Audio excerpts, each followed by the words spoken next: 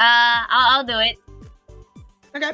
Yeah, because I wasn't here last time, so I don't remember. But I only remember my part. I don't really remember the Max part.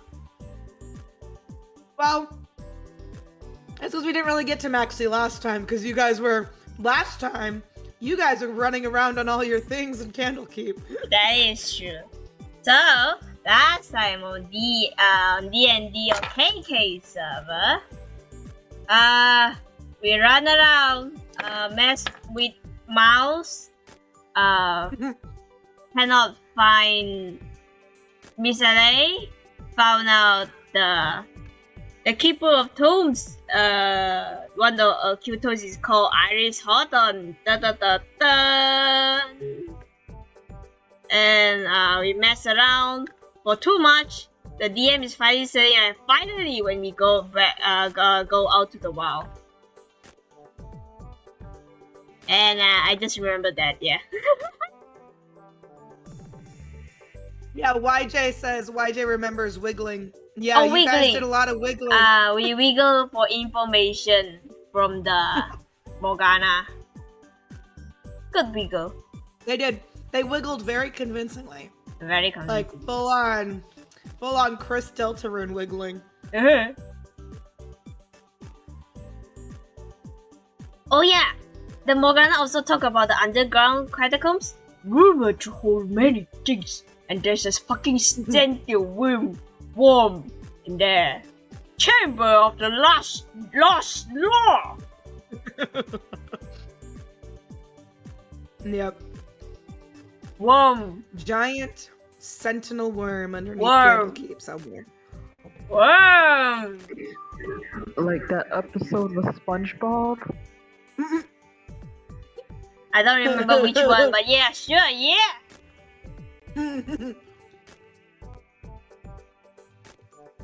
We good? Yeah, I think we're good. Yeah.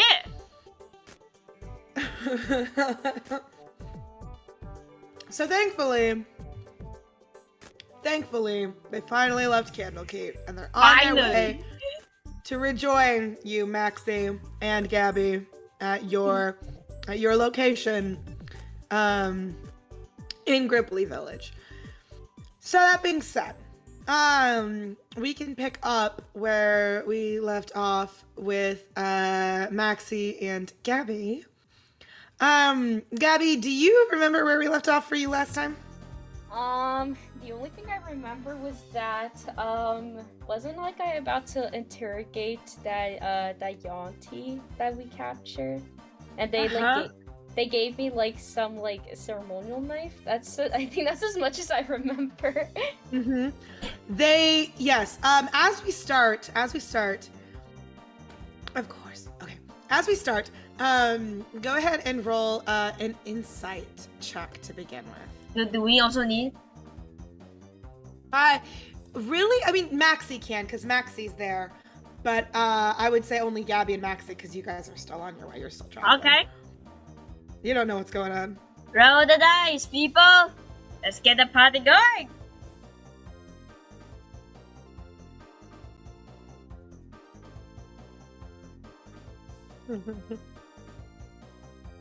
$18, nice.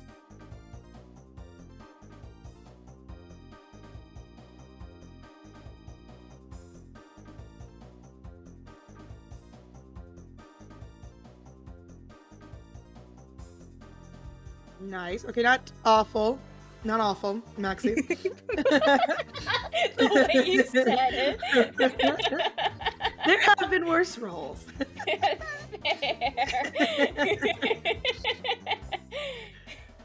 So, you guys are kind of all Maxie, Valor, and all the other Gripplies that are here in this room, along with the Pond Mother, have all taken up seats or standing along the walls of this room, as the Yuanti has been tied to the separate post.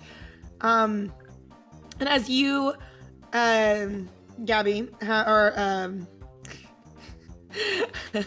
remind me your character's name. Fuck, it's been like a week. It's okay, Lyra. Lyra has been given her this ceremonial dagger. As you're the only one that's really moving forward through this room, you're the only one that's stepping forward from like the sidelines. Maxie, you kind of get the idea that, I mean, you look around and you see all these like expectant eyes, you see all these waiting gazes. I mean, you can obviously tell if they're waiting for something. Everybody's watching Lyra. Gabby, as Lyra steps forward,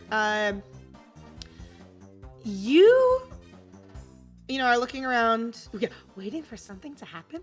No.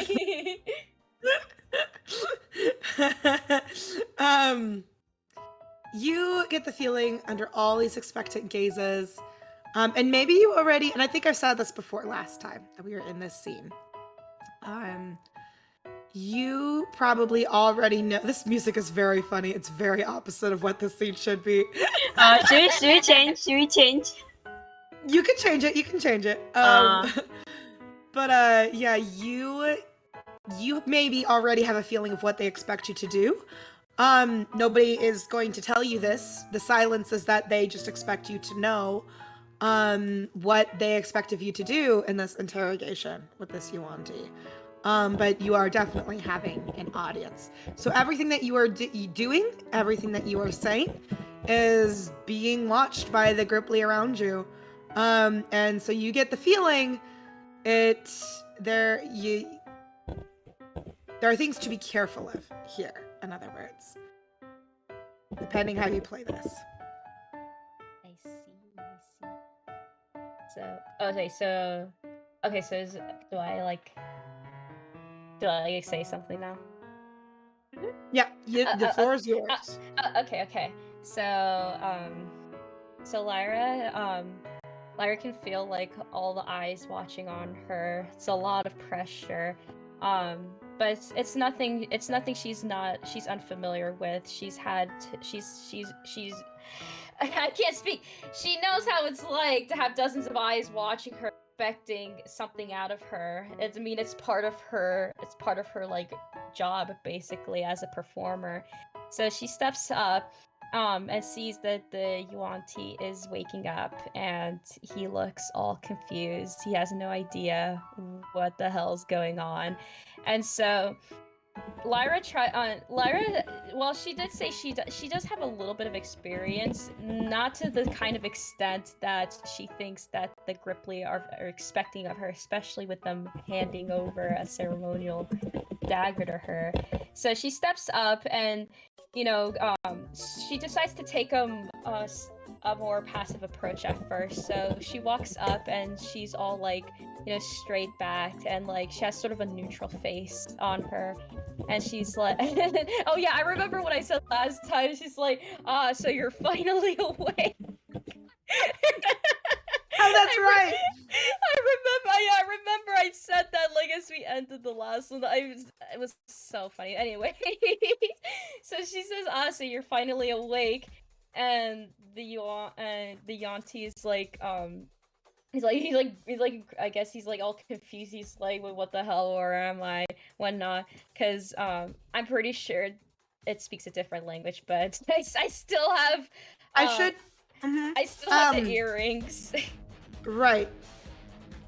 When the Yuan-Ti speaks, as the as you kind of mentioned, as the Yuan-Ti is coming awake, will you ever give them back? It's a good question.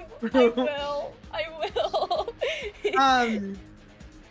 As the Yuan-Ti stirs awake and kind of comes into his like surroundings, and looks around, it looks at you kind of blearily, because you all knocked him out, and the language that they speak is it's at first, you hear it at first before the earrings start to kick in and change it into common, something that you are familiar with. But yes, when the Yuan-Ti speaks at first, you kind of hear that guttural kind of snake-like language of the Yuan-Ti before it switches to common. And But the Yuanti can kind of see, like looks around you. He's in the dark with all these other eyes of Grippleys watching, and decidededly falls silent. What do you do, Gabby? So I see the Yuanti. So Lyra sees the Yuanti kind of like staring, kind of picking up like its surroundings, like where it is. So before anything could happen, I step up close to it, and so I kind of say like, listen, we don't have to overcomplicate things. I just want to ask a few simple questions, it's all. If you answer my questions, then maybe nothing happens to you. But if you're not going to cooperate, I do have this dagger that they gave me, so please don't make it hard for the both of us, and just answer my questions. Okay. Roll. So you're just trying to persuade them to talk, essentially. I guess so, yeah. Okay. Then go ahead and roll persuasion for me.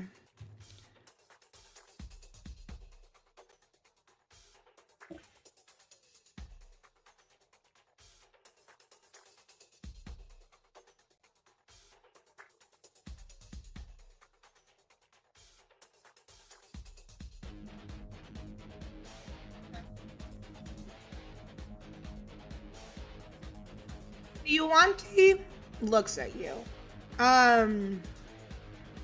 It meets eyes with you. You can tell that even though you're speaking common to it, it understands what you're saying. But so it completely understands you. You get the idea that you are being listened to. The Yuanti doesn't make a move to answer. Wait, did I say something? Oh wait, sorry. I like zoned out. Okay, sorry. Wait, you said the Yuanti didn't answer? Right, it's looking at you, it is listening, it can hear you, it is listening to you, but it is not answering just yet. Okay. So Lyra can still continues to stare at the Yuanti, and it's not saying anything, but she can tell. She can just tell that like it's listening to her, and it understands at least what she's saying. So she kind of gives it a little like hard stare, and then she like slowly kind of walks around the pole that it's still tied to, and so she's like, okay, good. So you are listening to me. So this should be very quick and simple. We don't need to make this more complicated than what it should be. So I'd like to ask a few questions first, if you don't mind. And then she's like, oh, and you will have to answer. I don't expect silence as your only answer to my questions. She says as she's like twirling like the dagger, but like on her side a little bit. and so then she's like, okay, here's my first question. What were you doing out in the middle of these forest lands close to the Gripply village, where you know that a potential war could start out between both your kind and the Gripplies? The as you walk around the Gripply, or not the Gripply, again, they're so fucked up. The Yuanti. As you walk around the Yuanti, I'm gonna have you make a special insight check on the Yuanti. Maxie, if you would like to also make this insight check, you can.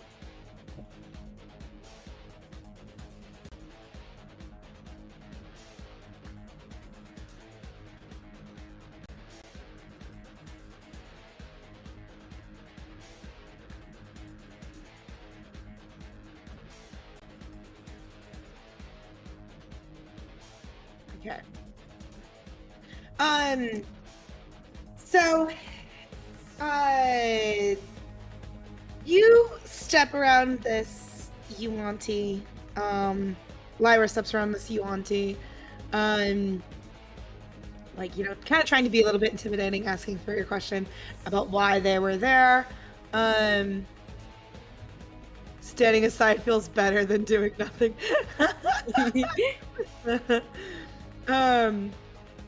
As you're walking around, you know, you can kind of take to starting to observe this Yuanti. You know, review kind of mentally the things that you know about this Yuanti based upon, you know, the encounter that you just had, because this Yuanti was one of the ones that was trying to kill you. And, you know, almost did a while ago, you know? So this is, you know, which is why you killed the other one. So yeah, you take to, you know, observing this creature that's tried to kill you.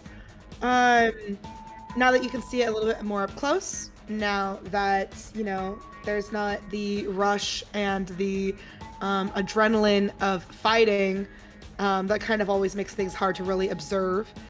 And you see this Yuanti,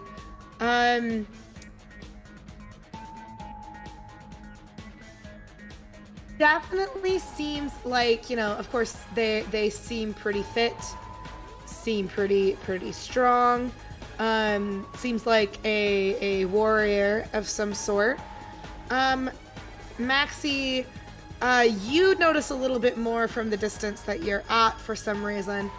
Not that you've met many Yuanti in your life, unless maybe you have as a noble. Maybe there's Yuanti nobles out there. But it strikes you, Maxie, just a little bit as you're watching this Yuanti. This Yuanti seems slightly young for what you were expecting. Once again, as you ask your question, as Lyra asks this Yuanti, why they were there, the Yuanti says nothing. You can notice, and both of you can notice, that as you start to ask questions, the Yuanti's gaze flicks over to the Pond Mother.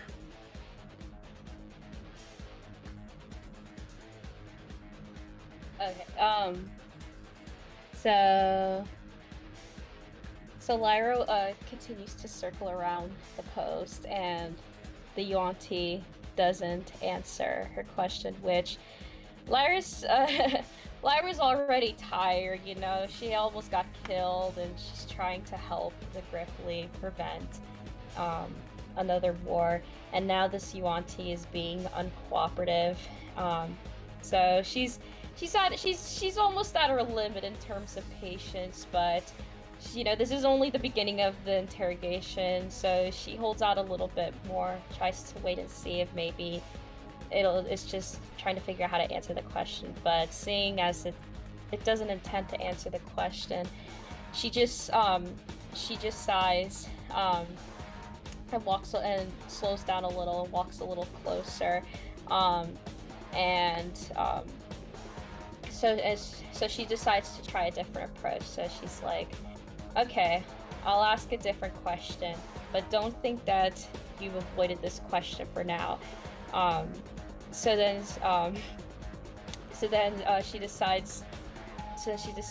she walks up to it, and so she's like, okay, I'll ask a different question then.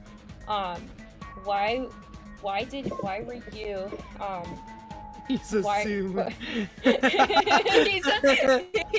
He's a zoomer. Amazing. The extra lines under your eyes, under Boshi's eyes, it's so it good. sells it. It's great. So then, Lyra's okay, where was I? Oh yeah. Lyra walks up and decides to ask a different question, so she's like, okay, I'll ask a different question instead, but don't think that means that I'll forget about this particular question. I'll come back to it later. And then she's like, why did you attack me first, seeing as I was traveling and wasn't intending to provoke any sort of harm anywhere. And she's like, you know, I may not look much like a fighter, but I can defend myself pretty well, so it was a bad idea for you to try to attack me, but I digress. Was there a reason why you attacked me? And Lara looks at the Yuan-Ti, but this time her stare is a little bit more like hard, like the stare's a little bit more hard. I mean, like Lyra did almost die while having a depressive episode.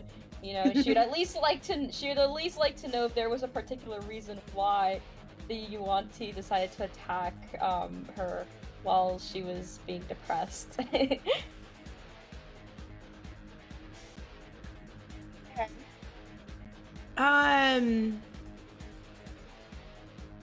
Once more, the Yuan-Ti doesn't answer. And you can tell, like, you already rolled your insight check. You're already kind of keeping a closer eye on this Yuan-Ti. You can kind of tell it's still listening to you. You get the idea it's not like it's ignoring you. But it's not looking at you. Every once in a while it looks at you, right, when you're crossing around in front of it, and you're staring now at it, but the Yuan-Ti has a hard time meeting your eyes, and instead seems to be looking around the room. You can tell as you, like, after you've asked this other question and the Yuan-Ti still isn't speaking, you hear some of the Gripply start to murmur to each other, turn to each other, and start quietly ribbiting to each other. Okay.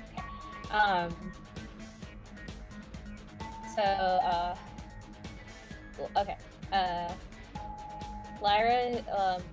Lyra waits a little bit, trying to see, you know, if the Yuan-Ti will at least answer this question, but again, is met with silence. But not because she's being ignored, it's just not answering the question. And at this point, Lyra's starting to get pretty irritated. She doesn't want her patience to snap, but she is being watched from all over, which reminds her that as she kind of looks around, you know, the room, she sees the other Gripply, like, murmuring and stuff, which, granted, it does make her nervous, which she thinks is strange. She's performed for so many different people. Of course, she's going to have her fair share of critics that don't appreciate, like, her shows. But unlike those shows where if they didn't like her, she simply just got booed off and just didn't earn her money for the day. She's trying to... a potential war between two different groups is laying on her hands, which she does admit make her a bit nervous. She did not sign up for causing any wars when she went out traveling, trying to perform for people. You know, she thinks, yeah, she did kill that one Yuan-Ti, but, you know, it shouldn't have double-crossed her in the first place while she was being depressed. It should have known, but she digresses. So she starts to get a bit irritated as Yuan-Ti is not answering her questions, and she feels like the Gripply are judging her for not being able to get any answer. So she kind of exhales in a very tired way, and her voice goes from being neutral to kind of getting a slight snappish tone. So she walks up to the Yuan-Ti, and again she reminds it that she still has the dagger, and she goes up and whispers harshly to it, and she's like, listen, I know, listen, I don't want to be here as much as you do, but I need you to answer this question for me, alright? Listen, this knife isn't just for show, it's not just decoration. If I have to force myself to use this knife in whatever way to get you to talk, I will. Especially considering you still haven't given me a justified reason as for attacking and being in the same area as the Gripply village. So, I suggest for your sake, mostly more than mine, to at least answer one of my questions, or else I'm afraid I'll have to use this knife in some sort of way that, trust me, I don't want to use either, but you're forcing my hand into using it. I will let you have a choice about which one you want to roll here. Would you like to roll intimidation? Are you trying to be more intimidating? Or would you like to roll persuasion? Let's try intimidation, I guess, because Lyra's she's starting to lose her patience. She's trying to see if maybe intimidation will get it to talk.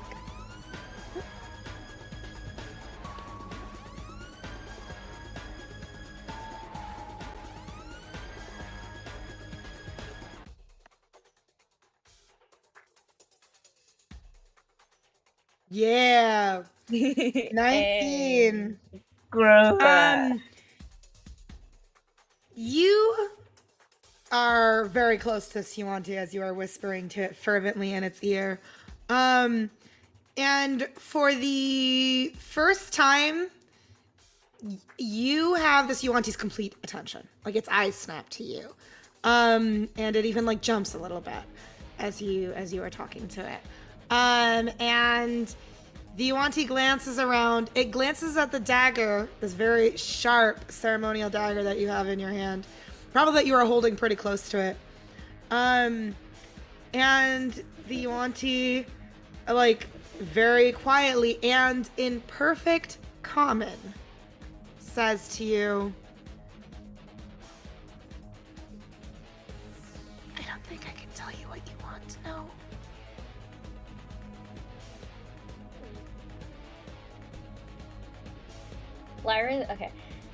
Lyra's eyes widen a bit, and she steps back a little as she examines the Yuanti. The Yuanti said that I don't think I can tell you what you want to know. Is that right? Yes. Okay. Just making sure. So Lyra's eyes widen as she steps back, and looks at this Yuanti, and her patience kind of like it's still kind of thin, but she's kind of surprised just by the perfect comment, but also it's a softer sort of tone, and she thinks it sounds scared in a way. She kind of steps back to reevaluate the Yuanti, and she notices that she's not very familiar with their species, but based off of the tone of voice, she estimates that this Yuanti is kind of young. And you could do a nature or an arcana check if you want. I would allow you to do either nature or arcana to see what Lyra may know about Yuantis. Okay.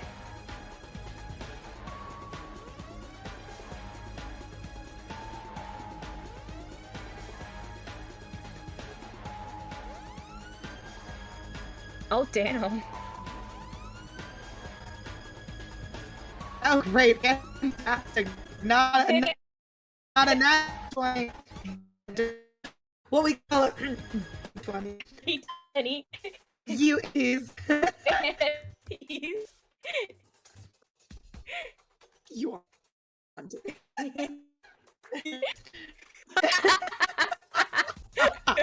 Good night, partner. Good night, partner. That's so funny. Oh my god, that's hilarious. Tex and Jove. Oh my God. I'm a big fan of Tex and Jove agenda. What? It's so fucking good every time. That just reminded me, that one, have you guys seen that Vine of like those two like guys, and he's like, I want to be a cowboy, baby.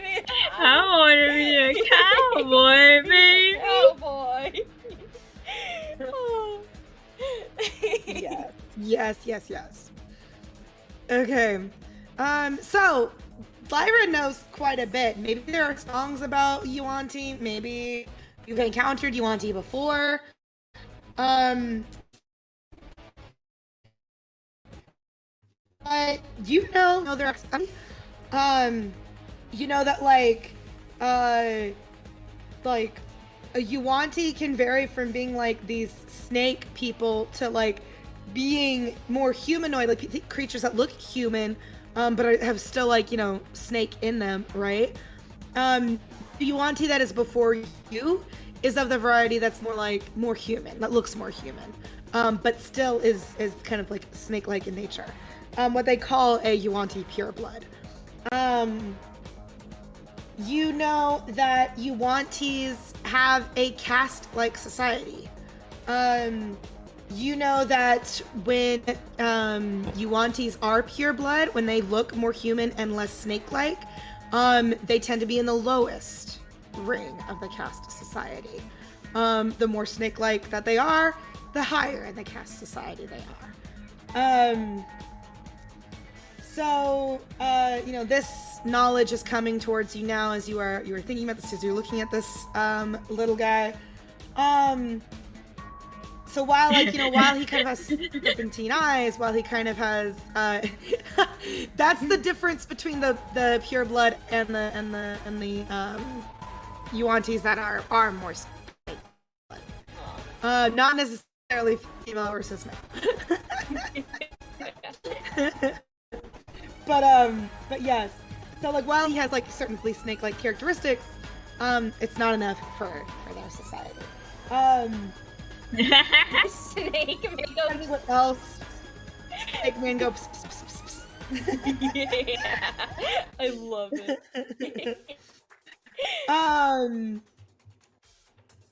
You know that typically they like, which is of no surprise, they're Yuan-Ti, they're kind of part snake people, right?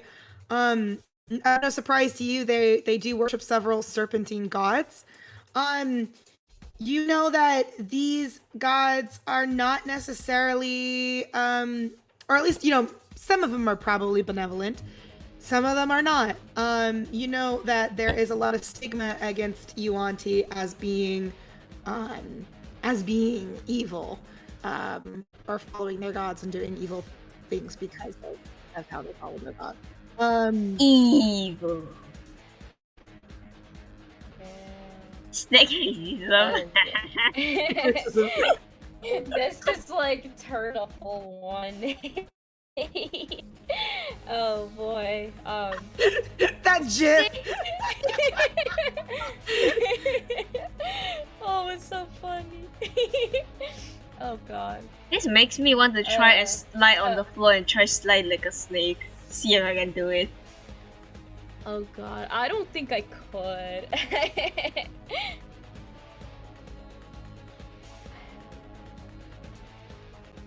Do they have like one type of god, or do they have many gods? Tell us your master. Tell us your master. They do have many. They do have many gods. So like 3 of the there's a lot of info here. 3 of the following. I'll just kind of give a short summary of these basic 3, I guess. I was like, Jesus. You have what they call the night serpent, which is called Dendar. You have the master of the pit, called Mershal, not Gengar. Dendar. And you have the sibilant death, called, with 2 S's, Seth. Huh? Is that his name? That's really his name, with 2 S's, and then Seth. Okay. Interesting. It'd be funny, like I'm the priest of the the cleric of the Athena, and I see the god like, okay, you are the name of I will always mispronounce the name to piss him off. I'm The best he did. I was like, what? What? Oh god, my I'm so sorry, my brain. I was like, STD. what? I'll call him STD from now. Goodbye. No. No. Oh wait, oh god. Oh my god, I'm gonna cry. Anyways. So Praetor Lord and Savior. Would you like to hear our Lord and Savior this took a turn. STD? Praetor. How did we get here? Let's be sure to pray to our Lord and Savior Syphilis. Oh my god, anyway. I keep getting distracted.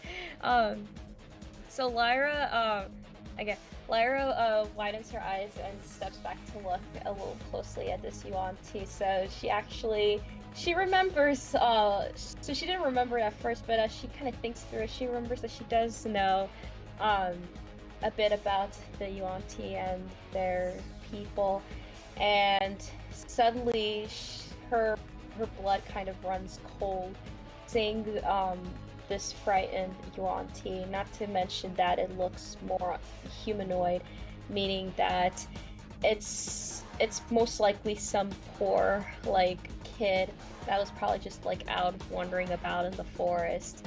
And she suddenly kind of reminded a bit about herself, her being half elf, so she's part human as well. Even though she didn't grow up poor, she did face a good bit of stigma against it, and suddenly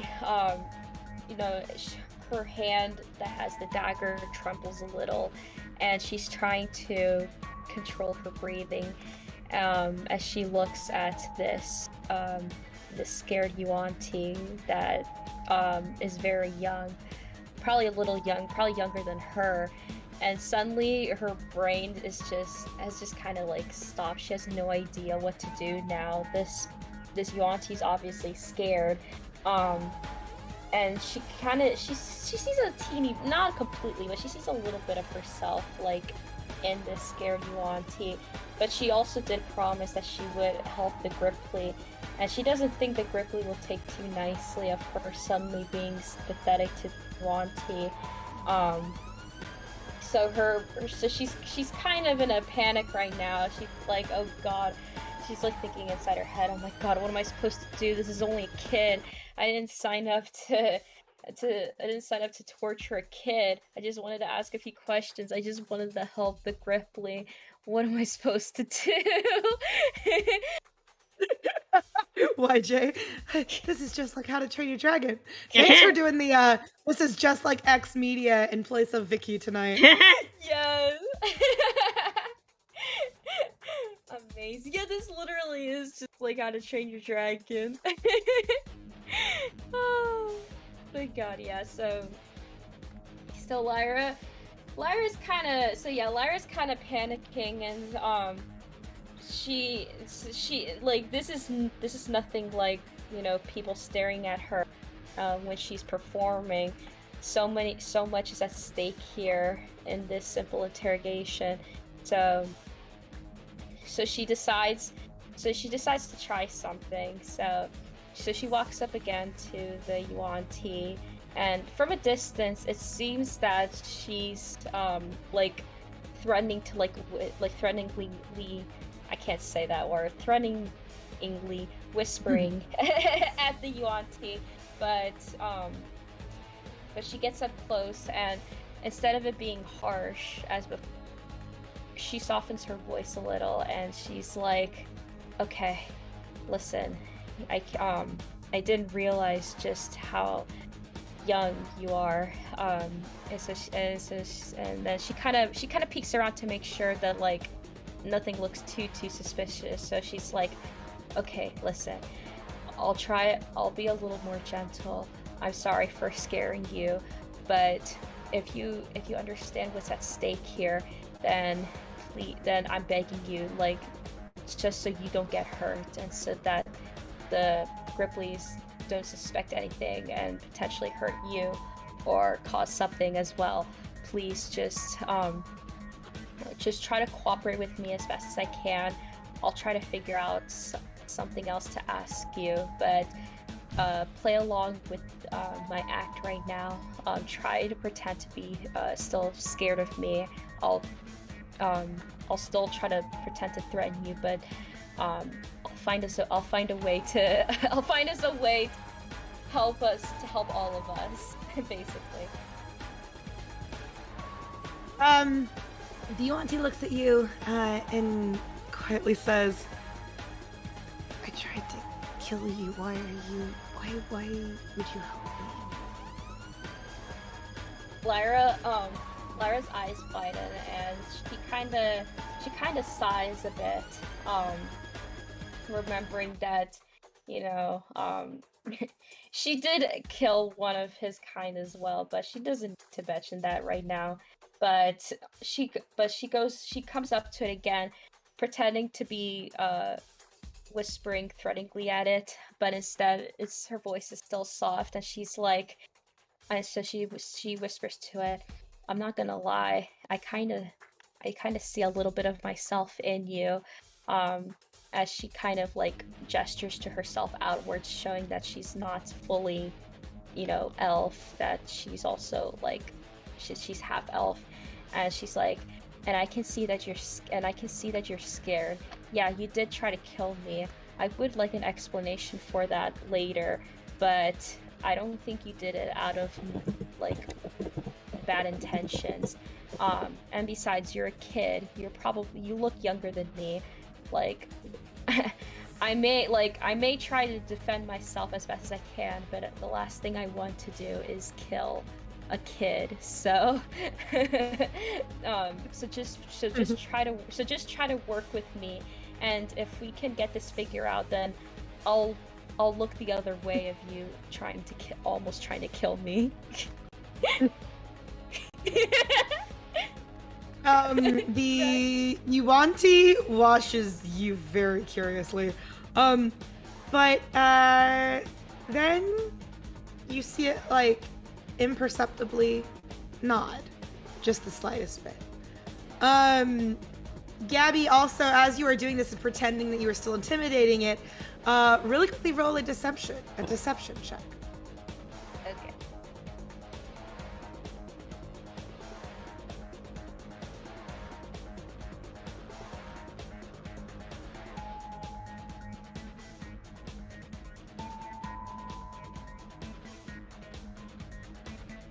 Oh, nice. Damn. Getting higher rolls today, huh, Gabby? I know. Yeah, Gabby's just ace in this. All right, perfect. Okay. Not Yep, to jinx, so- not to jinx it. Knock on wood. All right, so all the Gripplies that are around you, maybe even Maxie, who knows how closely Maxie's paying attention, or maybe even Boshi, they all believe that you have succeeded basically intimidating this Yuan-Ti, based upon you leaning in really closely to it. The floor is yours. They are watching. They are your audience. You have a show to put on. What do you do? So Lyra, once again, like quickly glances around and sees that all the Gripply, and probably also, wait, sorry, I'm so sorry, Bexy. What's your Valor, right?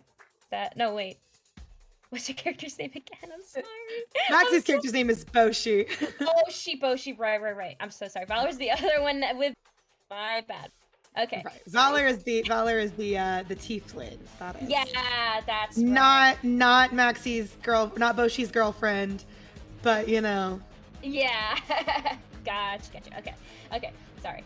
So Lyra kind of glances around and sees that she seems to have fooled the Gripply, and even Max, or not Max, even Boshi a little, in her perception, which she'll make sure to like talk with Boshi about this afterwards when she has a bit more privacy, because she kind of smirks to herself a little, she's glad that like all this time like wandering around and like being it has helped her, you know, kind of like put on this act. While she is no professional actress, part of being a musician still means you have to, you know, take on a sort of like persona of a kind and like perform that certain image that I know. Granny Pippa is kind of what it is. It's not a persona reference in my D&D use. Wow. I mean, we already put Ace Attorney in here. Maybe Krissey would. I don't know. Jove Justice literally is in this campaign, so I mean, it's all good. We can have both Ace Attorney and persona references kind of around here. But but Lara kind of smiles to herself, seeing that she still has, you know, the act of like putting on a different like persona, whether it's performing or in this case, fake interrogating and intimidating a scared Yuan-Ti. She sees that she still got it. So before anybody else can figure out her act, she once again she swooshes in close to the Yuan-Ti, and pretends to, and like from a distance it seems that she's still like whispering and in a threatening way, but she's not at all talking as calmly as she can. And so she says, all right, I have a friend in the audience that will also understand your situation if I just explain it to her. So the both of us will try to basically we'll try to help figure out try to help solve this whole situation. I'm pretty sure you don't want to cause some sort of war with the Gripleys, and you just want to get back to where you came from, safe and sound. And so again, they seem to have, the Gripleys seem to think that I'm still threatening you, which we can definitely use in our favor. So I'm gonna have to have you try to play along with me. So in order to help all of us around, pretend that you are still scared and intimidated by me, and that you will do whatever I ask. But again, I will try to help all of us. I'll try to help the Gripley so that they don't start a war with your kind. I'll try to help you so that you can go back home, and pretend that like our previous encounter never happened. And also we'll try to sort this out so that also my friend Boshi and I can also go back and solve this whole thing. And so Lyra, then to continue with the act, Lyra takes out the dagger, and she tries to get it as close as she can. Obviously not too close to not actually scare the Yuan-Ti, but close enough to at least convince everyone else that she's still trying to threaten the Yuan-Ti. And so she gets the knife kind of closer, but she doesn't push it any closer, and instead she says, okay, and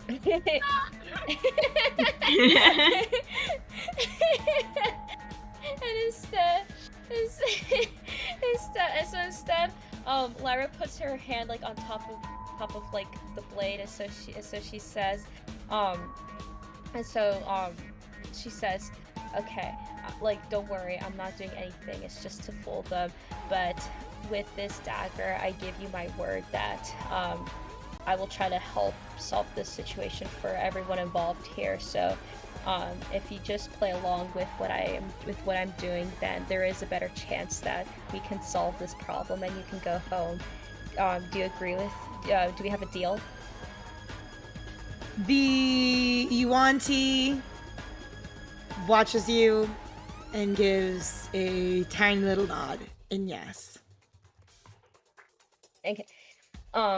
Lyra smiles, and before anyone can catch her doing so, she gives a very small but very genuine smile as she nods along, but then quickly changes it to a smirk as she turns around to the rest of the Gripply, and swinging the dagger in her finger, she kind of walks up with the confident, like, little stroll, as she kind of like, it seems like she kind of like showing, says, "All right, guys, it seems to have worked. This Yuan-Ti's is obviously terrified of me, and it'll do whatever I ask it to do. So, so she kind of again is flipping around like the dagger and like fake triumphantness and all that.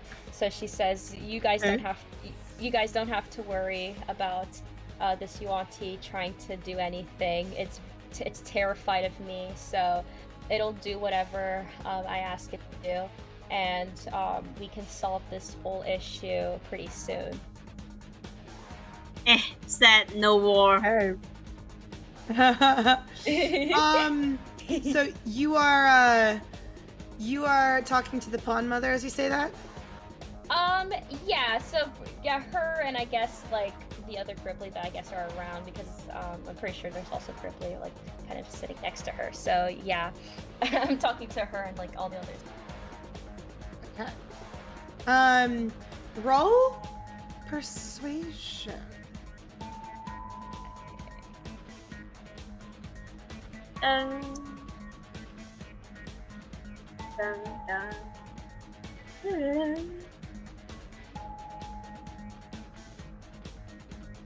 Oh, not bad, not too bad.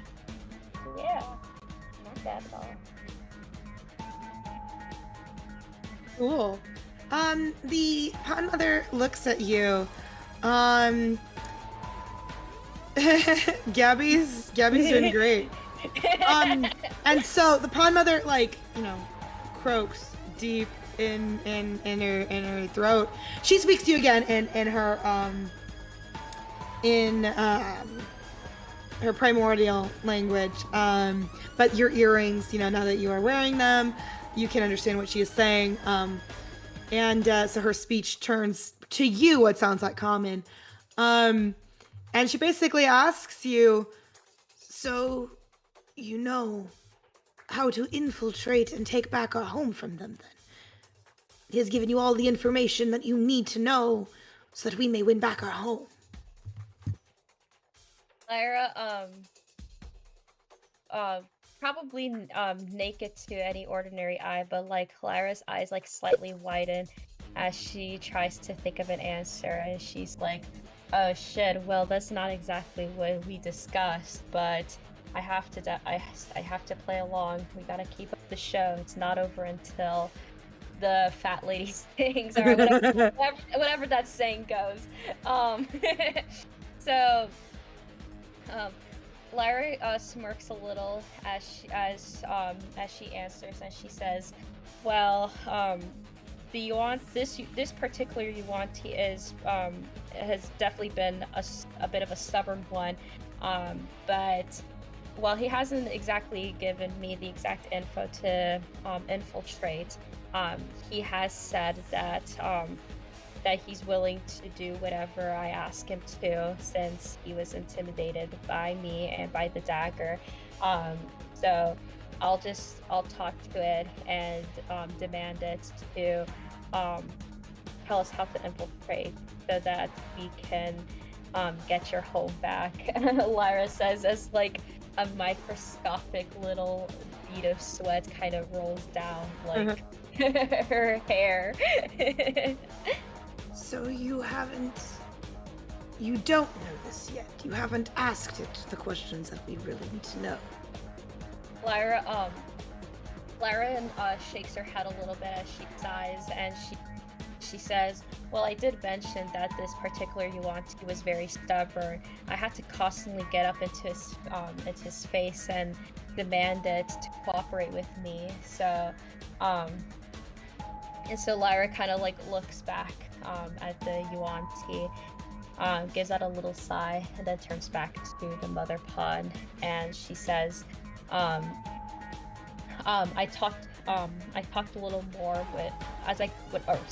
when I was up in its face, it did mention that it's weak, that it's intimidated by crowds, and while I'm not trying to show it any mercy, if in order to get this information, I think it would be best that me and like another witness, like maybe say Boshi over there, if Oh, she's like, me? It's like pointing. Is the pointing me? It's like me. Literally. But it's better if we have at least like 2 witnesses to question it, because as much so like even though like it is scared, if we do need it to tell us the coordination. So if I could just like have like sort of a little private room to interrogate it in, and to have Boshi as my witness there to make sure that it's going well, then can force the Yuan-Ti to give us the coordinates to infiltrate its home and stuff. Yeah. For this make a special persuasion roll, because you are basically asking them to leave you to interrogate them in alone, essentially. Mm-hmm. So a special persuasion roll for this. Yeah, exactly, Maxie. Me. So this is 2 rolls. Just one. Oh, just one. Okay, just one. Sorry.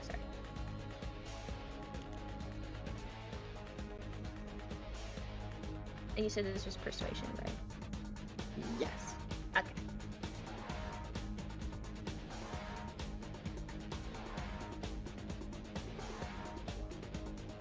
Ten. there goes all the high rolls for tonight. The pond mother narrows her eyes at you, and she doesn't need to say anything.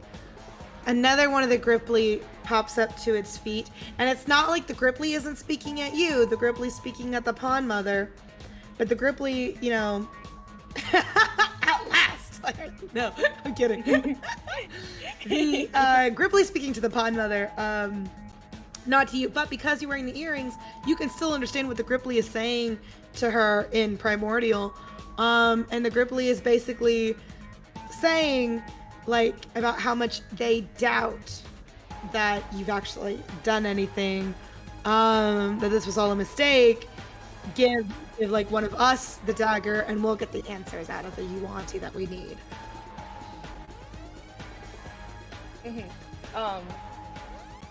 So Lyric still inadvertently like hears a bit of the conversation, and this time she can feel more beads of sweat rolling down her cheek. She thinks that her hair is probably graying at an alarmingly rate from just how stressful and scared she is. And so she looks over. What? What? What was that? No. Hello? YJ? YJ? I missed it, apparently. I was not looking. Recording 4K! Oh, yeah, because it was recording. Oh my god. I was so confused. I was like, wait, what is this gonna do? Oh, that's so funny. Oh. Oh my goodness. But yeah. So Lyra is she's sweating very hard. She's very scared hearing that unlike her, the Gripply won't approach with understanding to this scared Yuan-Ti. and she kind of glances over like nervously at the Ripley talking to them, to the mother one, and just the other ones around. She kind of glances at Boshi, and a little bit of nervousness, and again at the you still like still at the pool and all that, and so she's very nervous for the fate of this Yuan Ti, and like she didn't want to betray the Gripply at all. She didn't want to betray anybody, but she could tell that if she left the rest of this interrogation up to the Gripply, it wouldn't go very well for this poor Yuan Ti, and it could cause more trouble than what's actually worth. And so she kind of in a desperate fit, she kind of quickly strolls while the one Gripply's like still talking to the mother one. She kind of quickly strolls over to the Yuan Ti, and with the dagger like quickly like slashes the rope that is binding it, and like forcefully like grabs its arm, but she kind of discreet like gives it a little wink just to let it know that she's still trying to keep up this act as well as she can, even with the other Gripply like starting to doubt her. So she strolls over with the Yuan Ti kind of dragging behind, and she has the dagger and she kind of puts it close to its neck, but she knows that she's not going to hurt it as much as she can avoid it. And again, trying to put up like that performance, and kind of as she's kind of like okay, I know that like I wasn't able to get as much information out of it, but please, you can see that this Yuan Ti is still terrified of me. If we're going to get to your land back, I need to get the answers from it in any way I can, and if it means that if it's only going to give me the answers while I threaten it, in a more I guess, how would you say, like discreet area with not as much people. I know it sounds fishy, but I need to get this information as much as I can. And again, I'll have at least Boshi as my witness if you don't trust me enough. If you don't trust me well enough. You cut free the bindings that are around this Yuan Ti, keeping it to the pole, and like movement immediately bursts forth. Like as soon as the ropes are cut, the other Gripply that are sitting around, any Gripply that's sitting, immediately jumps to its feet. There's a bunch of noise, a bunch of commotion and panic. Weapons are being grabbed and drawn. They are thinking that you betrayed them. Until you start speaking. Then of course a hush falls over them as they listen to what you say. But this time you would need to roll another persuasion. I'm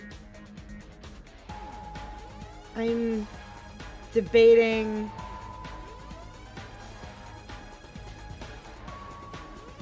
if I need to make you do it with disadvantage because of the situation. But go ahead and roll persuasion.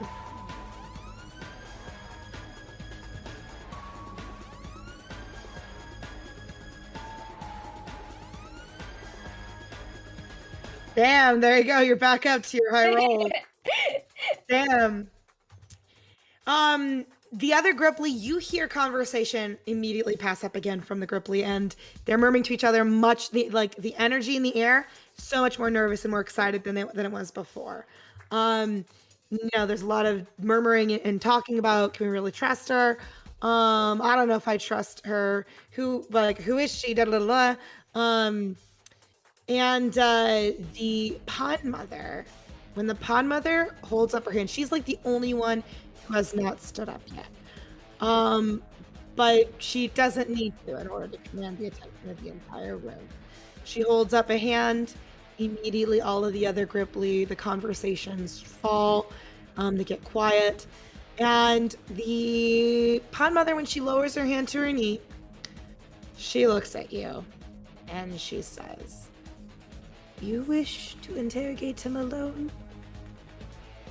Very well then."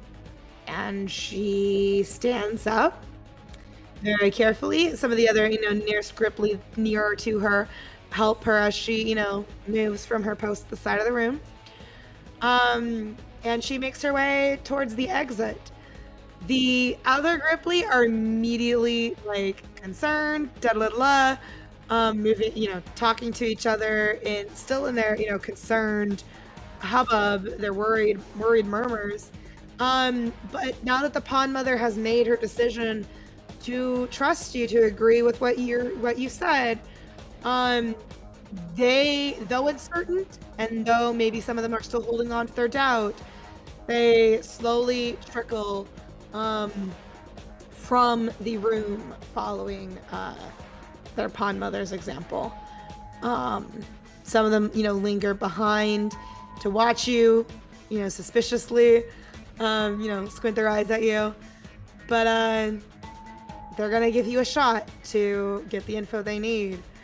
Of course, I imagine Boshi and Valor, are you guys standing behind? Honestly, I have no idea what's happening. I'm just nodding along to everything. So the Gripply have cleared out of the room. Gabby has convinced them to or Lyra has convinced them to let her interrogate the Yuan-Ti in private, quote unquote. That leaving only you guys behind with the Yuan-Ti in the room.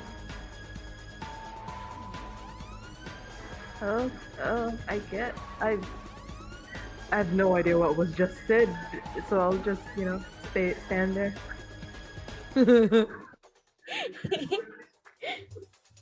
But she's just like, what the fuck's happening? So true. I don't have my earrings. I've just been standing there watching, daydreaming. So Lyra smirks at her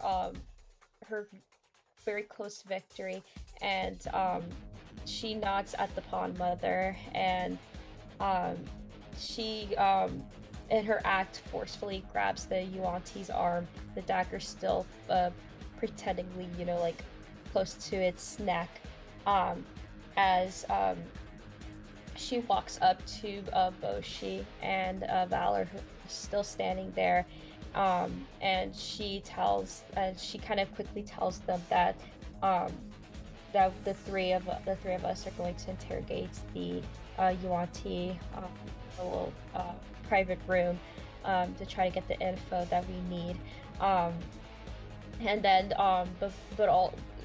she says it kind of like loud enough like so that the other Gripply hear, but then as she makes her way to like move past them, she very quietly whispers that she needs to discuss something very important with them, and so then she kind of like moves her head along, like signaling them to follow her as they go to like some private room that they can use to interrogate, quote unquote, the Yuan-Ti.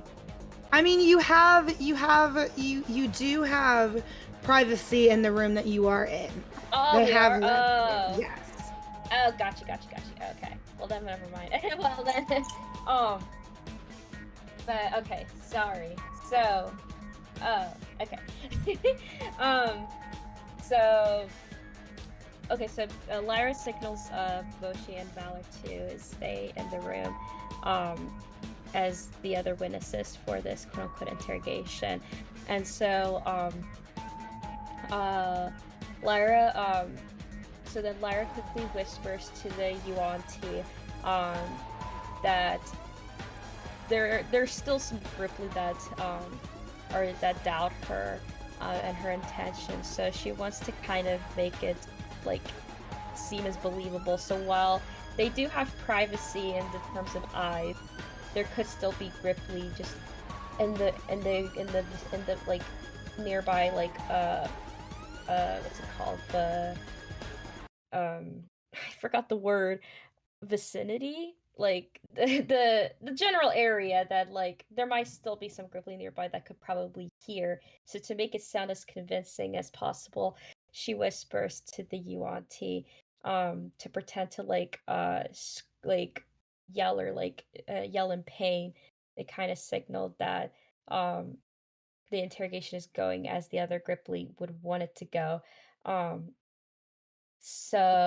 but then Lyra also turns towards the also turns to Boshi and Valor and explains that that actually there's more going on than what it seems.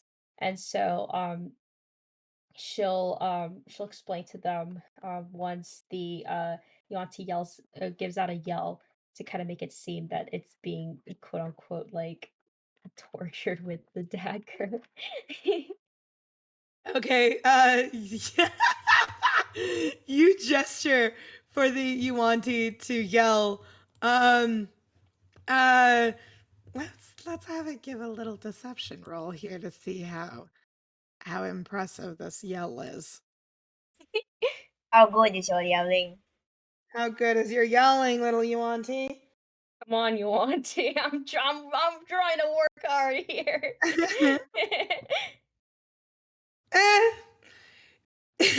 This it like looks at you very concerned and it like curiously, and it goes like a little ah, and that's about as good a yell as it gets.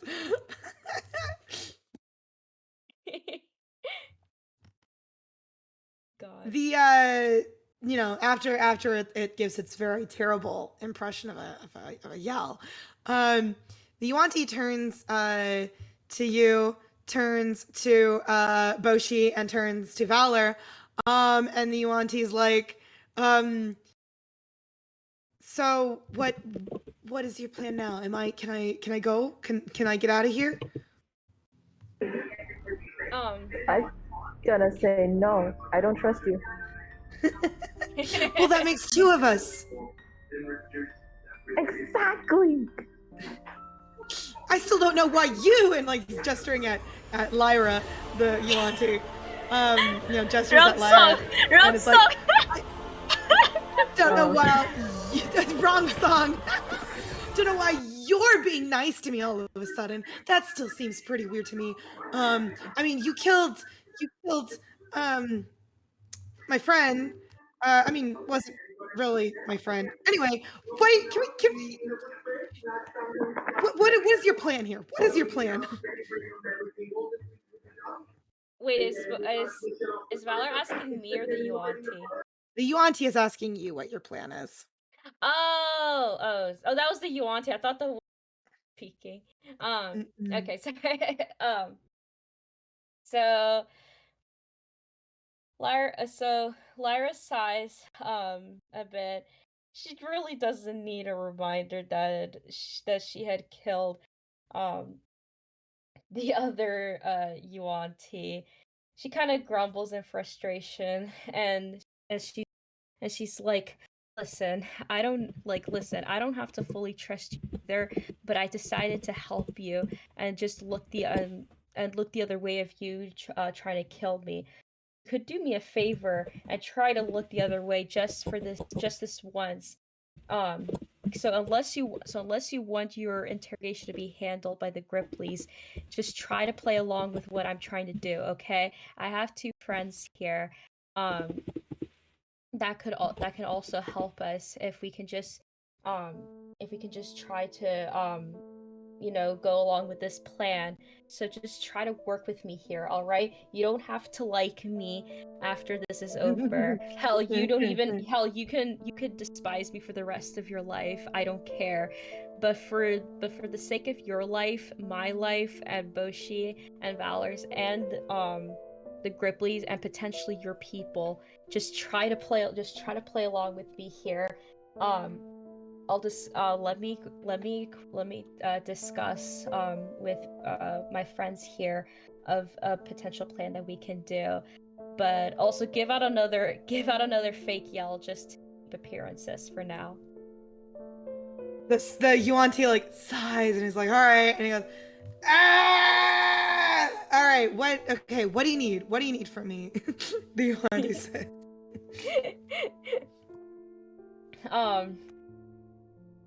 So Lyra kind of looks at the Yuan-Ti, looks back a little at Boshi and Valor, and then she kind of sighs, and so she's like, okay, look, all I wanted to know was why you attacked me and friends, or why you attacked me and then also attacked my friends that came to help me, while we were still in the forest. I know you didn't want to answer it back when there were the other Gripply around, but we're in private now.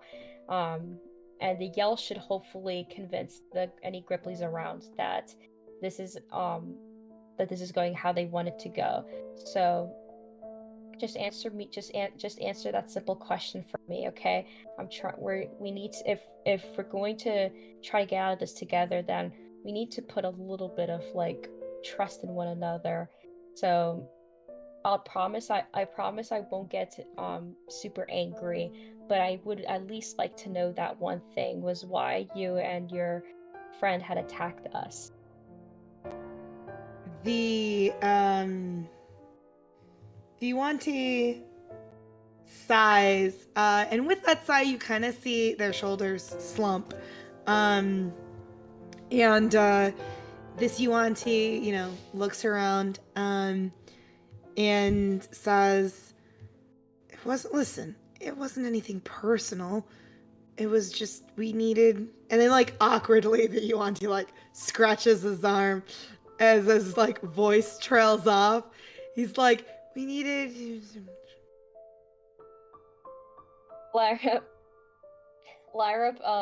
leans in a little bit, and so she's like, well, what did you need? It's like, I don't have super hearing, you're gonna have to speak up a little. Listen, there's no Gripply around. Just answer me. At this point, I don't know if that's a good thing or a bad thing. We needed your... We needed...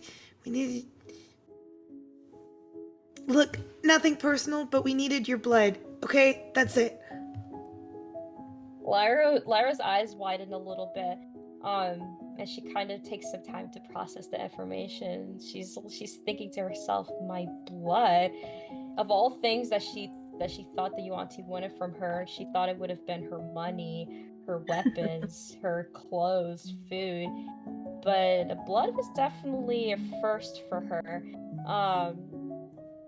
So she kind of looks back at Boshi and Valor, who she kind of remembers. Valor's kind of situated herself beside the door to this room, just kind of lets the bouncer in a sense for this private interrogation.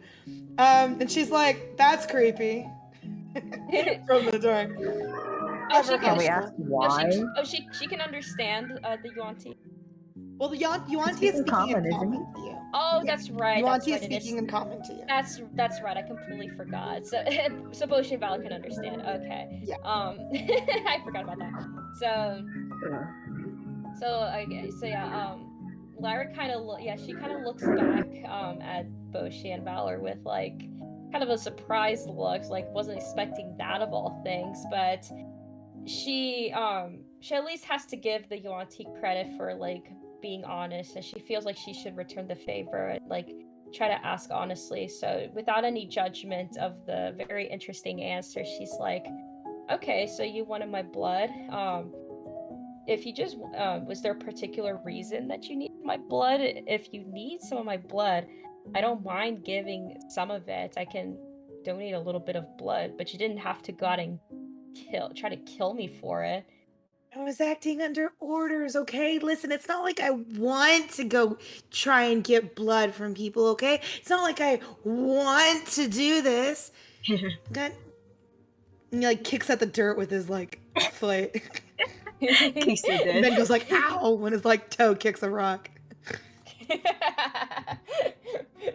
Imagine you're outside and you just hear like all yellings and all these like screams and then just ow. But anyway, so Lyra kind of takes in like the information, and so she also like looks back, kind of gauge Boshi and Valor's reactions to this new set of information that they just received, and so she kind of sighs, and so she's like, okay, I get it. He didn't somebody was ordering you to do so. I won't take it too personally, considering I'm still alive, and so are my friends. But so she kind of like looks again at the Yuan-Ti, and so she kind of like murmurs to herself, "Man, all this commotion, or like she's like, man, all this this whole situation, all for some blood." But she digresses. Well, it's a bit more than that. I mean, we need your blood for something, but you know, it's not like it's just to collect blood. We're not that kind of people. I know we're not great. We're not that kind of people. It's not just to hunt blood. I mean, there's a purpose to it. It's a Lyra... cult. It's a cult. I'm calling it. A cult? Alright, call me up. I'm just trying to kill people, okay? Lyra kind of perks her eyebrow a little suspiciously, and all that she's like, so she's like, you need it for something. Is this something that you need it for, like that important that you almost killed me and my friends for blood? The boss is trying really hard to, you know, summon you know who. Lyra based off of the little bit of knowledge she has about the Yuan-Ti, and knowing that like they worship several gods, she thinks she has an idea, but just to be certain, she kind of she approaches the Yuan-Ti, so she's like, well, what is it? You I can't read your mind. If we're going to try to figure out how to get everyone out of this mess, you're gonna have to be a little bit more specific. What is your boss trying to summon? He like takes a very, very, very deep breath. He goes, you know you ever heard of, I mean, and he like looks you up and down. You're not one of us, but maybe you have. You ever heard of Seth? Lyra's eyes widen as she kind of like recalls the little bit of like information she has about Seth. You can do a religion check if you want to see if you know more. And Maxie, you can also do a religion check to see if you've ever heard of, or what you know about Seth. I have to exaggerate the S because there's two S's there. Seth.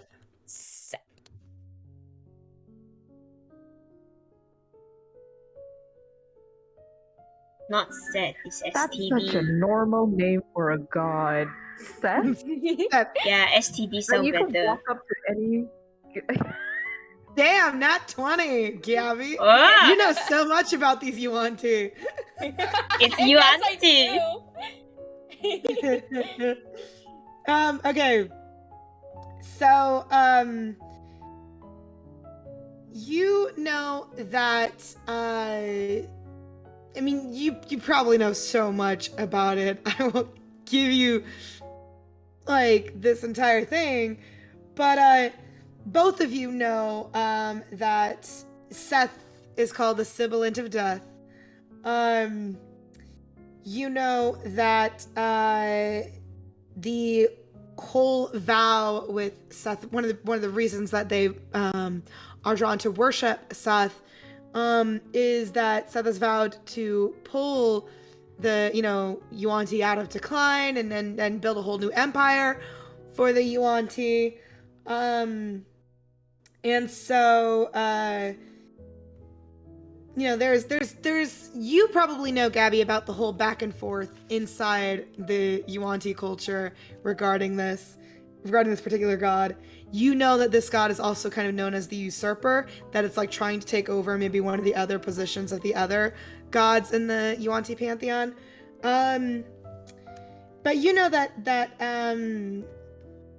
Seth is its big thing is that it's trying to bring back like an empire of the Yuan-Ti. So like followers to it tend to either like leave like ritual sacrifices, in order to make Seth more powerful. Ah yes, Moon Knight. So this is Moon Knight. We're all living in Moon Knight, and Gabby is just Oscar Isaac. Ah, oh, You are living your dream of being Oscar Isaac. oh. God, amazing. I'm blushing. You just have to find your life. Wait. Yeah. I just need to find But yeah, anyways, wait, so jeez, trying to summon a whole god, wow.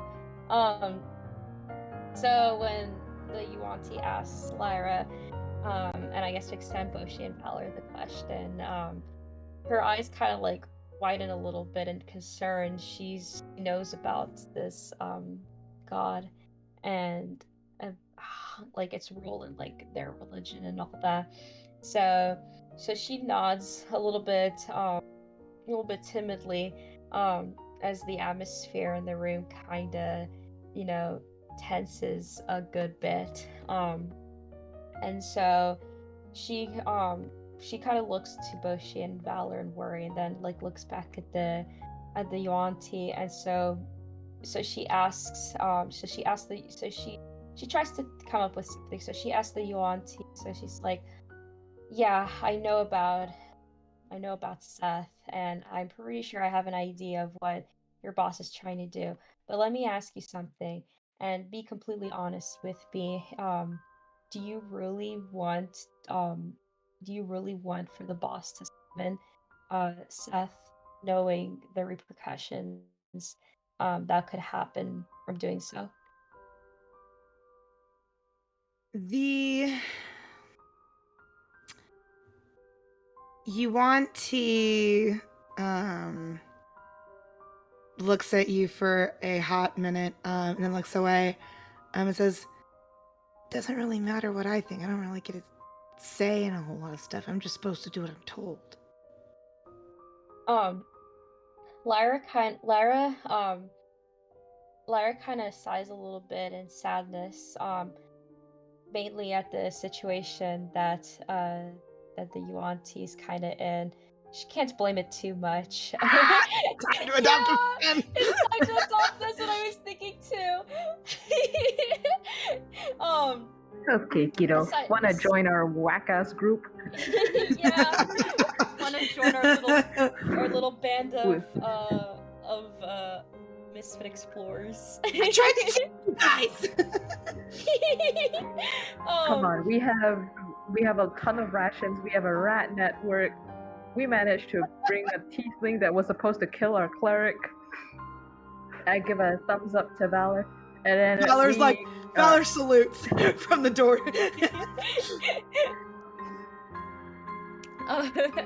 we accept all kinds of friends.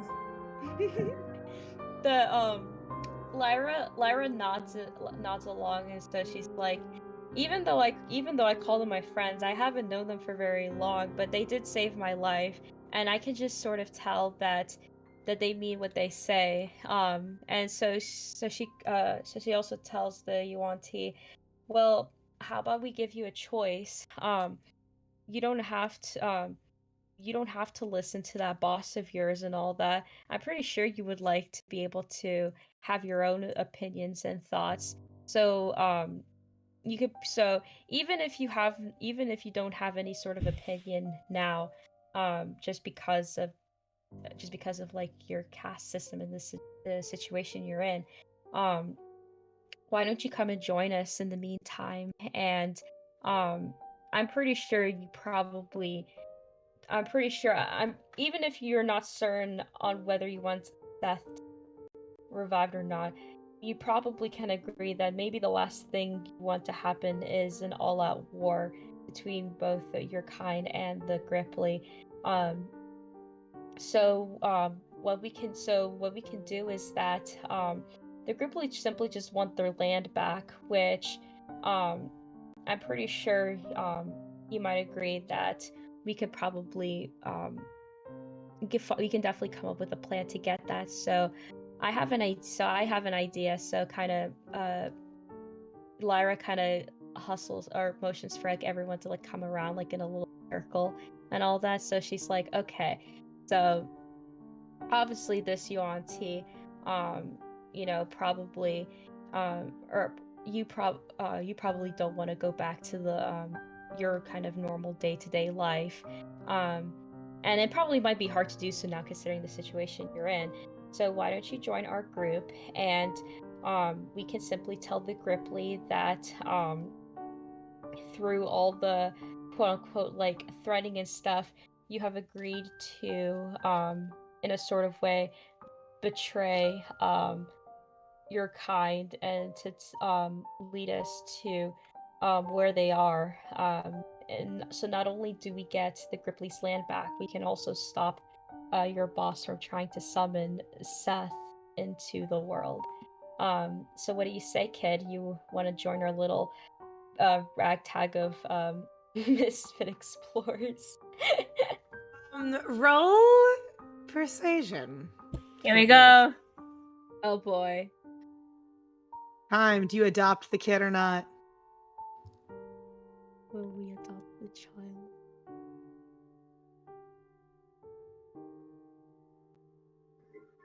Let's go. Oh. Ah, nat Holy 20. crap, another Oh, nat. Holy shit. Ow.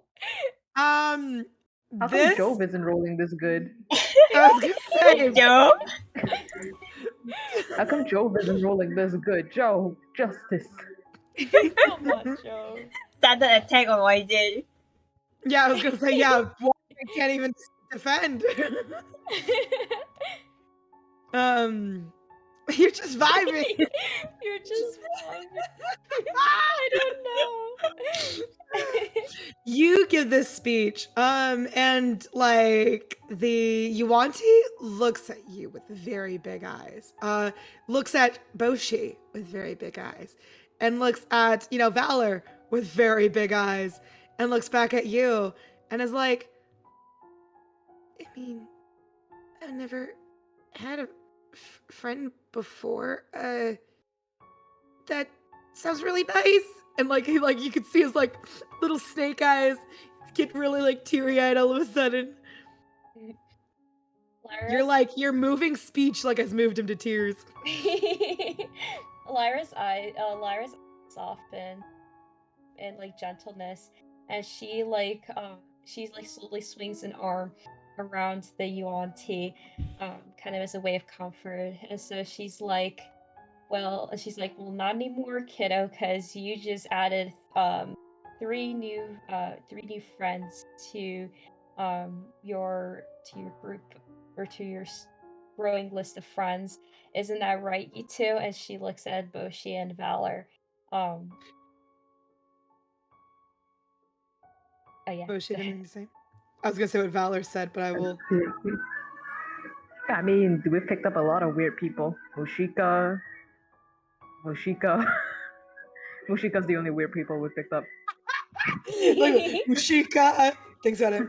Mushika. Mushika. Yeah, Mushika. That sounds about it. That's all right. Well, the Yuanti like gives a really big sniff, wipes at their face, and is like, okay, all right, sure, what do we do? First things first. We can't get out of here right now. Because Right, they're probably all standing outside.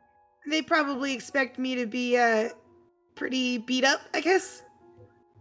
Okay. Can you give us any information you know about, like, in the ranks Oh, sure. or something? I could tell you everything. He's like, Why did you lie? First of all, I mean, I couldn't tell you what you wanted to hear. I wasn't lying about that. Okay. You know, just tell us what you know. Maybe we can fool them for a little while before, you know, my supposed friends get here. That they took a day to get. I don't know what they're doing right now. Okay, now I'm your friend. So, and he like reaches over and pats your arm. Thanks, dude. He goes, okay, and he looks down at the ground. This is a soft area. It's not like there's hardwood or anything underneath you. This is just like this room, this tent that's been put up is kind of just on the ground. So there's just dirt and sand here. So the Yuanti, you know, takes a look at the sand underneath and like, and then it takes his toe and starts drawing with his toe all across the sand. Certain shapes start appearing as the Yuanti is drawing. Shapes that look like the coastline where this Gripply village is. Shapes that look like the river that feeds deeper into the woods where the old village is. Which, you know, is where the, of course, encampment of the Yuanti are. He says, as he talks, he goes, first things first, you should know, not everybody there is a bad guy. There's like two groups. There's some of us that are working for the bosses. I guess I don't have to say us anymore. Some of them working for the boss, and some of them who were there before the boss. So you don't gotta kill every Yuanti, he says. So he starts, drawing for you, like, different areas in the encampment. Starts drawing you areas where the docks are, where the temple is. And actually, I can give you the map of the temple that he's giving you, essentially drawing into the sand for you. He goes, the big place where everybody is in the temple. He says, okay, here's what you should know. He says, there are any... What were you going to say? I was going to say that Sacrocobus, I want Gabby to walk up to it, say, I'm sorry, Mr. Great, and stuff her hand into it. Please! Pin it! What do you want me to say it's now? It's being pinned. Well, you will probably get there eventually, don't worry. Okay. There's a reason he's giving you the layout of the temple. Because that is where he says, this is where the ritual is supposed to take place. So this is probably where Boss and his henchmen are gonna be if you want to take him down. He says the old village outside the temple, that's where a lot of the good Yuanti are being kept prisoner. Clara, I'm sorry, I'm like eating candy. Oh, hell yeah, damn, I want candy. Fuck. my brother got me some Sour Patch Kids like a few days ago, so I'm going through the bag. I love them, they're so good. But okay, but anyways, so Lyra, so she looks at the drawing, at the map, and kind of looks at the layout.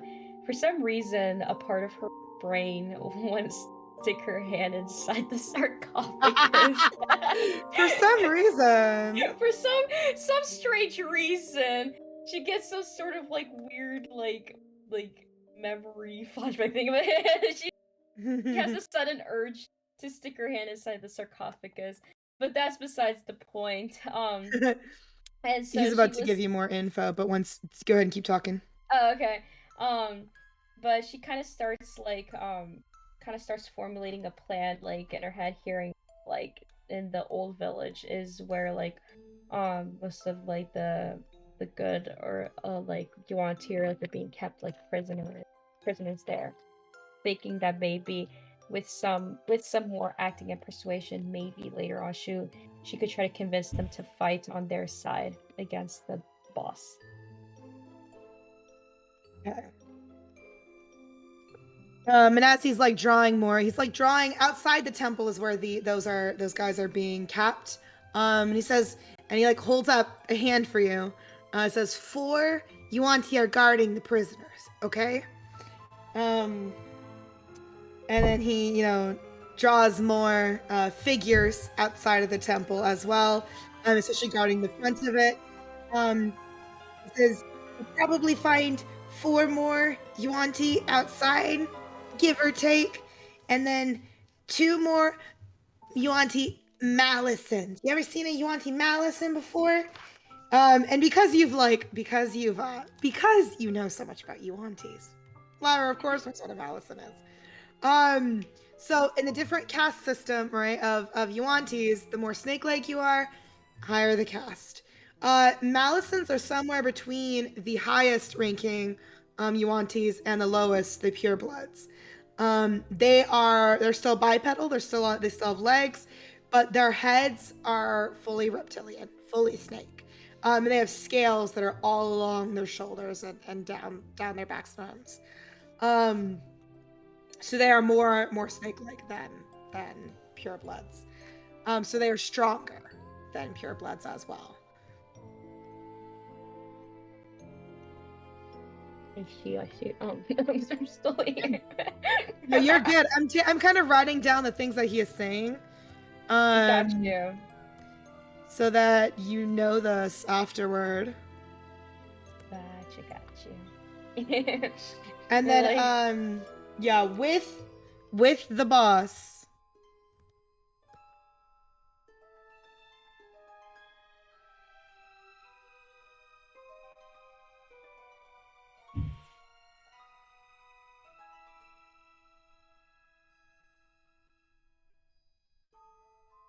Okay. So yeah, I'm typing out essentially the things that he is telling you. But he gives you the laydown of where all the Yuan-Tis are in the entire encampment. Okay. Man, that's a lot of Yuan-Ti just outside this temple. I don't want anybody interrupting the ritual. And so Lyra nods and she's like, yeah, that's fair. So so just kind of thinking about what you said, we definitely do need to find a way to well, first of all, if we're going to infiltrate, I highly doubt that we can do it just the 4 of us. And at this moment right now, I don't know. The Gripply probably not be interested in this, especially if they find out that we are a friend now. I definitely don't want to be in the bad books with them. So Clara sighs a little bit and she takes a breath, and so she's like, we should find some way to free these prisoners and try to get them to be on our side. And so she kind of thinks in her head a bit. She's like, maybe what we can do is we can we obviously try to free the prisoners and convince them to be on our side. But what we could do is that in the end, even if the goals are slightly different, one thing that I think um these group of Yuan-Ti and the Gripply can at least agree on is to probably take down this boss, whether it's to prevent a ritual or whether it's just in order by defeating the boss, there's a chance they can get some of their land back. We all want to defeat this boss in some way or form. So what we can do is that once we free these prisoners and have them on our side, we can try to convince the Grimply and show them that these Yuan-Ti are traitors of their own kind and that they're on our side. And with more manpower, we have a better chance of taking down the boss. And hopefully through this, we could probably also help mend the relationship between the Gripply and the Yuan-Ti. Yeah, I mean, I wouldn't say the Gripply wouldn't be potentially interested in this. As there, he like gestures to the map of the old village that he's drawn all across the sand here. It's like, I mean, that used to be their home until we took over it. Lyra nods along, and she kind of smiles, a bit, and she's like, "So yeah, this kind of works out for the both of us, because as you said, the old village is basically where a lot of these prisoners live, right? So if we do liberate them, there wouldn't be anyone living there. So the Yuan-Ti can get their land back, and and if they agree to, there is a chance that we could all team up together and then take down this boss before this ritual can proceed any further. It's pretty much a win-win for all of us if we play our cards right. He says, hopefully, I don't know. I just kind of want to make it out on this in one piece. Lyra chuckles a little as she returns the sentiments and she's like, "Oh yeah, trust me, I know how you feel on that."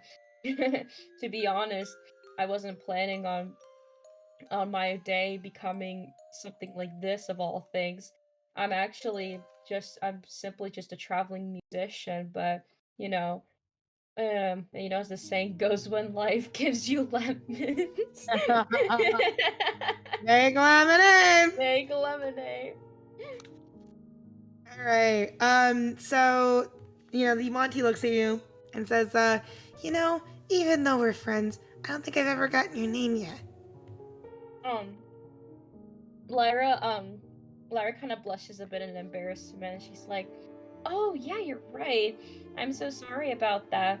My name is Lyra, and as I already told you, I'm nothing but a simple musician and just traveling around trying to play music, for people. And I don't believe I got your name either." My name is Maz. Maz. That's a cool name Maz. you have. Maz. That's a cool name So you close. have. Really, I really like it. Oh, Maz. Maz doing the. That's all I'm picturing now. And my friends behind me are Boshi and Valor. Ludwig Bodoitsu the Fourth. Because wait, what's your name? I missed that. Can you say it one more time? Joking. Just call me Boshi. Oh, okay. That's much shorter and much easier to remember. That's Valor. Hi, Valor. And Valor's like, sup.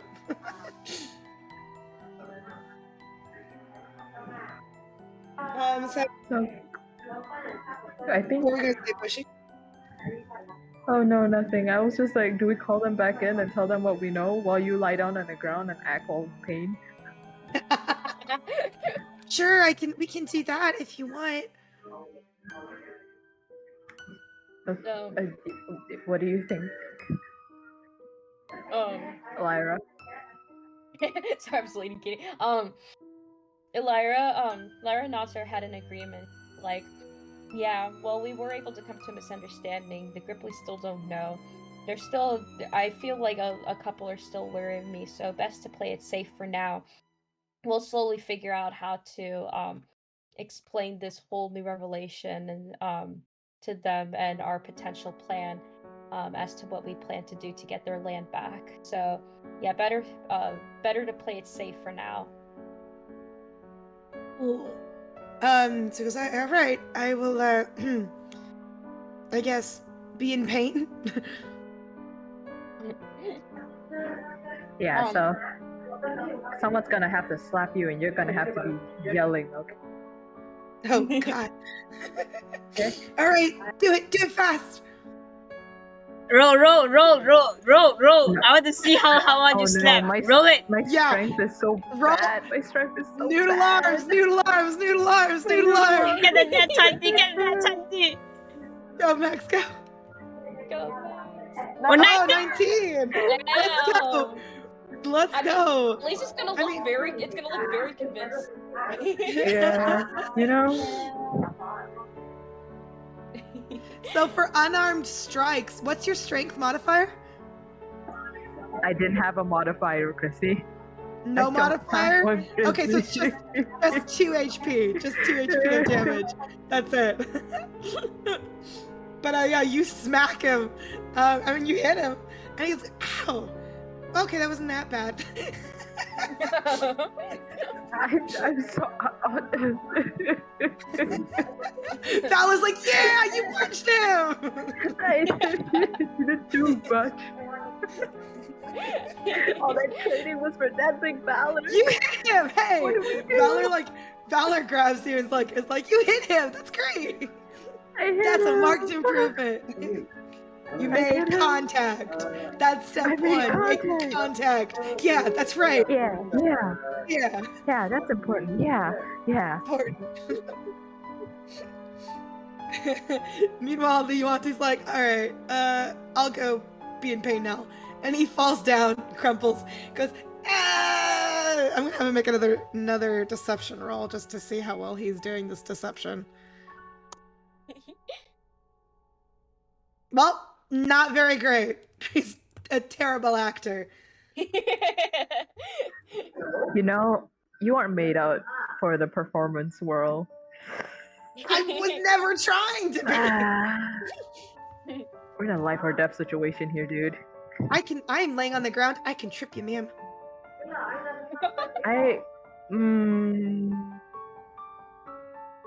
Oh man, I don't have like the thing Vena has where she makes sounds, the fake sounds. Oh, yeah, you don't? I don't. I think Cho has it too. Has what? Unfortunately, Cho's not there. Has what? Oh, yeah, the thing where you make fake sounds or like. Oh, fake things Tomodoji? happen. Yeah, that. Yeah. Yeah, Yeah, but you're unfortunately, not you're not here. there. Try making yourself with your mouth. Do you want to try making a sound to convince them that it's his sound? I don't think it'll work out very well. But Good maybe the try. bard. Good try. Maybe the bar with the performance high. If I hit Gabby, will Gabby roll with advantage? You have guidance, don't you? I do. Oh yeah, Gabby, I'm gonna give you this guidance. You can roll this Did you extra forget this 1d4. entire time? I forgot this entire time. Gabby, I'm gonna give you this 1d6 actually. Okay. I only have one more left, I think. But I'm gonna give you this 1d6, and I want you to give the best performance of your life. Okay, wait. Prove So, to these. is my performance supposed to be like me, like yelling in pain? You're supposed to imitate Yes. this guy. Oh, gotcha. He's a Yeah, Imitate. shitty because actor, apparently. this Moss can't act. He can't act. He He can can act for shit. It's so funny. We No. have Lyra, who's practically, like a performer of sorts, and then we have Maz. Who's like, ah. Lyra's kind of like cringing a bit in the corner. She's like, we need to work on that a bit.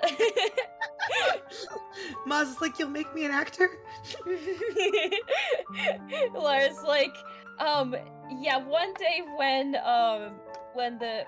the fate of between the Yuantis and the Gripplies isn't at stake. So okay, so what am I rolling? Deception. Okay.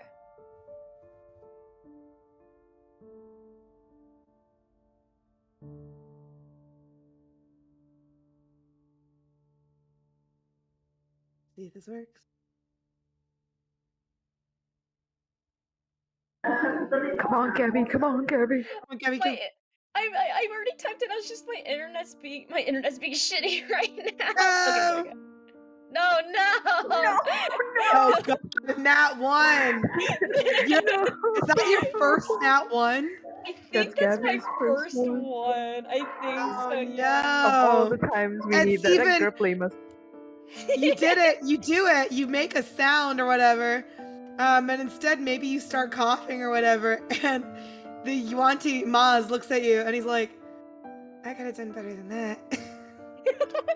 Lyra kind of after like her coughing fit, like Lyra's like, oh come on, give me a break. It's not like I wanted to cough at this moment.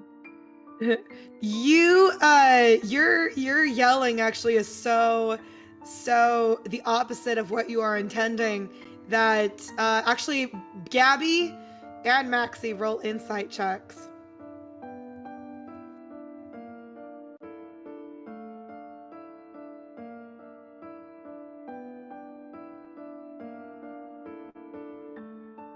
Oh my god. Oh, Gabby, there goes all of Gabby's luck. you are so convinced. So right, you make this yell.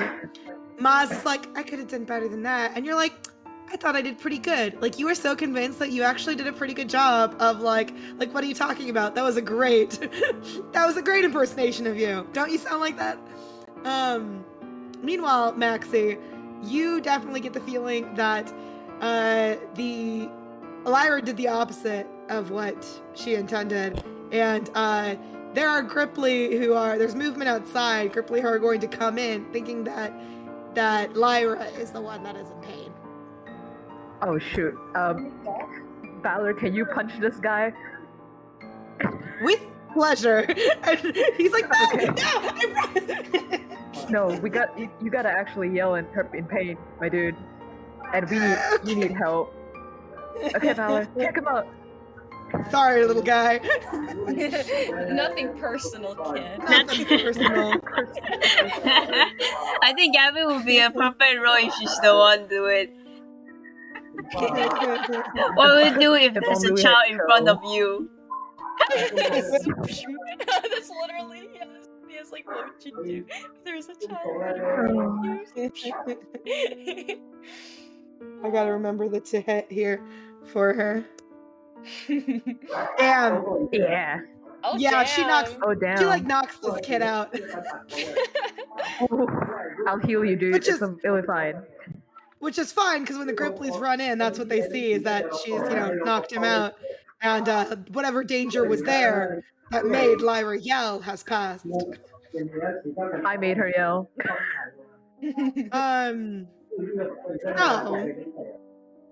So time check really fast before we resume. Because I know it's midnight for you, Gabby. How is it for everybody else?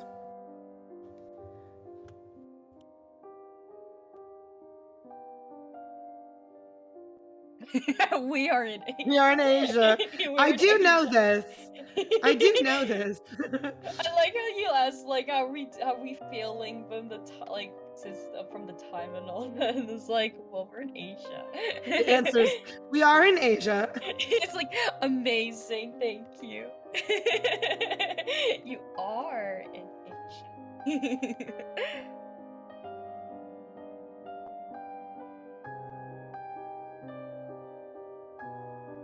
Oh my goodness.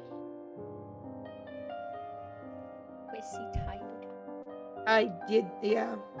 Yeah. I am. Sounds like someone's not in Asia. Sounds like someone's not. I can't believe. Oh man, we're exposed. I to wonder who Krissey. that is. I wonder who that could be. Certainly not us. No. It's obviously not us. Like really tired. Really? We're only tired because stayed up late or something. Yeah, that's totally it. Yeah. That's legit. That's it. That's the answer. Exactly. We'll go ahead and pause on that scene then, if you guys are okay with that. I And think that's a funny place to end. Yeah, funny. Yeah, because I got Persona tomorrow, so I wanna at least like yeah. wanna rest for that. Which I'm super excited for for what's gonna happen next. So Doesn't sound good to us. Every time you say that, doesn't sound good to